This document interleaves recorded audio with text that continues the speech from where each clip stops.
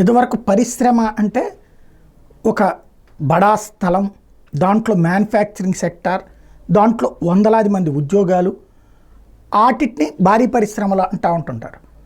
ఇప్పుడు పరిశ్రమల హోదాలో హోటళ్ళకు కూడా భూములు కేటాయింపు, అంటే అలాంటి పరిశ్రమ వందలాది మందికి ఉపాధి కల్పిస్తుంది కాబట్టి వాటికి ఇచ్చే స్టేజ్ నుంచి ఇప్పుడు కొత్త కాన్సెప్ట్, హోటల్ పెట్టుకుంటే దాంట్లో 100 మందికి ఉపాధి వస్తుంది, వాళ్ళకి ఇచ్చేసేయండి భూమి, లేకపోతే ఒక రెస్టారెంట్ పెట్టుకుంటే వాళ్ళకి ఇచ్చేసేయండి అనే స్టైల్లోకి వస్తున్నటువంటి రోజులు.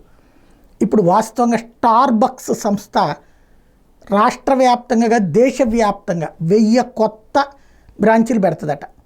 స్టార్బక్స్ అంటే తెలుసు కదా మనకి, ఈ కాఫీ గీఫీలు ఇటు కోసం, అంటే ఓ పెద్ద విశాలమైనటువంటి ప్రదేశం, సరదాగా కూర్చుని మాట్లాడుకోవడానికి ప్రైవసీ ఉండేటటువంటి ప్రదేశం, కాఫీలు తాగుతా. కాకపోతే ఒక్కొక్కటి మామూలుగా బయట కాఫీ మనకి 20 రూపాయలు అయితే అక్కడ 300, 400, 500 ఉంటుంది.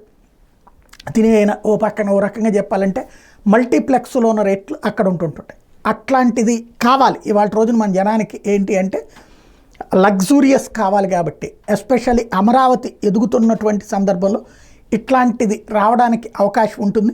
స్టార్బక్స్ని కనుక మనం పిలిస్తే వచ్చేయడానికి సిద్ధంగా ఉంది. ఎందుకంటే దేశవ్యాప్తంగా స్టార్బక్స్ వాళ్ళు ఒక 1000 కేఫుల్ని 2028 లోపు పెట్టాలనుకుంటున్నారు. ఇందులో ప్రతి 3 రోజులకి ఒకటి అన్నటువంటిది ప్లాన్ చేసుకున్నారు.